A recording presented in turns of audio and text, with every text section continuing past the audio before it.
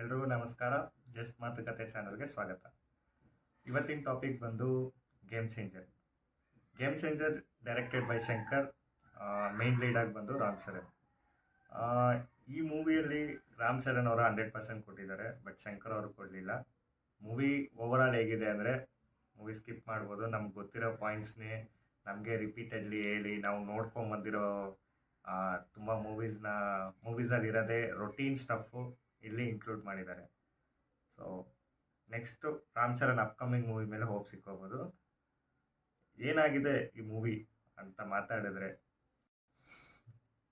Same movie trailer ಎಲ್ಲ ನೋಡಿದ್ರೆ unpredictable ಇತ್ತು, ಬಟ್ ಮೂವಿ ವೆರಿ ಪ್ರಿಡಿಕ್ಟಬಲ್. ತುಂಬ ಏನು ಹೇಳೋದು, ನಾನು ಶಂಕರ್ ಅವ್ರಿಗೆ ಹೇಳೋಷ್ಟು ದೊಡ್ಡವನಲ್ಲ. ಇಂಡಿಯನ್ ಟು ಅಷ್ಟು ಬ್ಯಾಡ್ ಫೀಡ್ಬ್ಯಾಕ್ ಬಂತು. ಲೈಕ್ ಯಾರಾದರೂ ಒಂದು ಹ್ಯೂಮನ್ ಬೀಯಿಂಗ್ ಒನ್ಸ್ ಏನಾದರೂ ಮಿಸ್ಟೇಕ್ ಮಾಡಿದ್ರೆ ಅದರಿಂದ ಕರೆಕ್ಟ್ ಮಾಡ್ಕೋಬೇಕು. ಲೈಕ್ ಅದನ್ನು ರಿಪೀಟ್ ಮಾಡಬಾರ್ದು. ಅದನ್ನು ರಿಪೀಟ್ ಮಾಡಿಲ್ಲ, ಬಟ್ ಇಲ್ಲಿ ಏನೂ ಫ್ರೆಶ್ನೆಸ್ ಇಲ್ಲ ಈ ಮೂವಿಯಲ್ಲಿ.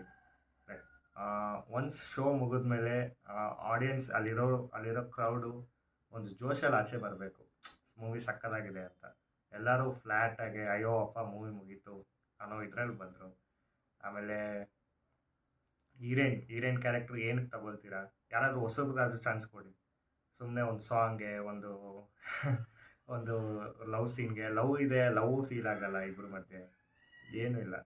ಆ ಸಾಂಗ್ಸ್ಗೆ 75 crores ಖರ್ಚು ಮಾಡಿದ್ದೀವಿ ಅಂದರು.